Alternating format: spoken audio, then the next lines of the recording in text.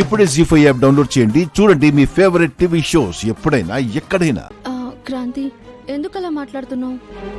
నేను అత్తయ్య వాళ్ళని అవమానించాలను, వాళ్ళని తప్పు పట్టాలను ఇలా మాట్లాడట్లేదు పూజ.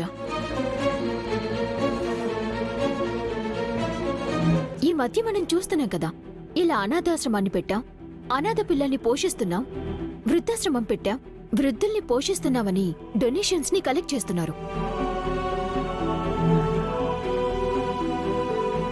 డొనేషన్ ఇచ్చిన వాళ్ళు అక్కడికి వెళ్లి చూస్తే అక్కడ ఏమీ ఉండదని ఎన్నో న్యూస్లు చూస్తున్నాం. ఆ ఫేక్ న్యూస్ లో నేను చెప్తుంది ఒకటేనా? నేను చెప్తున్నాను కదా, వీళ్ళు ఒరిజినలే, మోసం చేసేవాళ్ళు కాదు. కాకపోతే మరీ మంచిదత్తయ్య. 10 కాకపోతే ఇంకొక 5 పెంచి 15 లక్షలు ఇద్దాం.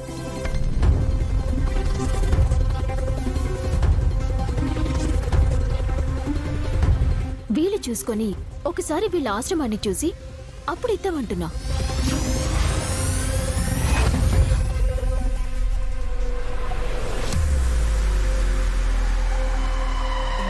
అంటే మా అక్క మీ దగ్గర డబ్బులు కొట్టేయడానికి ఎవరినో తీసుకొచ్చి నాటకం ఆడిస్తుంది అనుకుంటున్నావా? మన క్యారెక్టర్ చెప్పాల్సిన డైలాగులు ఇది చెప్పేస్తుందేంటి?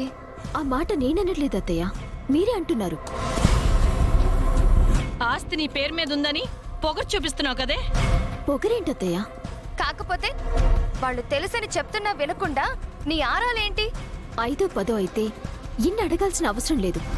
కానీ లక్షలు డొనేట్ చేస్తున్నప్పుడు మనం ఎవరికిస్తున్నామో, వాళ్ళు ఎవరికెలా ఖర్చు పెడుతున్నారో తెలుసుకోవాలి కదా అత్తయ్య.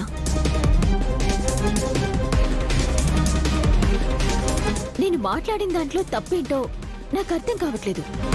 ఏంటి పూజ?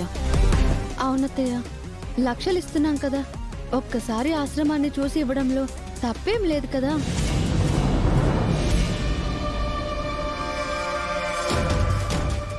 మనం అక్కడికి వెళ్తే ఇంకా వాళ్ళకేం అవసరాలు ఉన్నాయో అవన్నీ చూసి మనం చేయడానికి అవకాశం కూడా ఉంటుంది కదా. మీకు డొనేషన్ ఇస్తామని మా అత్తయ్య వాళ్ళు మాటిచ్చారు కాబట్టి ఖచ్చితంగా ఇస్తాం. కాకపోతే ప్రస్తుతానికి 10,000 రూపాయలు ఇస్తాం, తీసుకెళ్ళండి.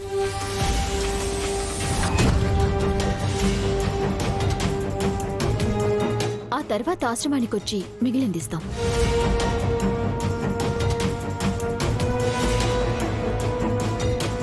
ఏ ఇప్పుడు మీకు 10,000 తీసుకెళ్లడం ఏమన్నా ప్రాబ్లం? ప్రాబ్లం ఏం లేదు. No problem, no problem.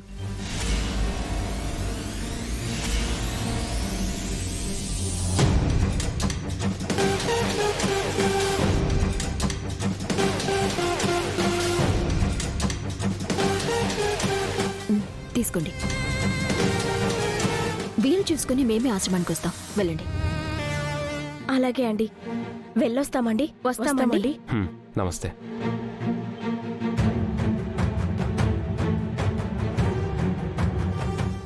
జీ5 app download చేసి అన్ని ఎపిసోడ్స్ పూర్తి ఉచితంగా చూడండి.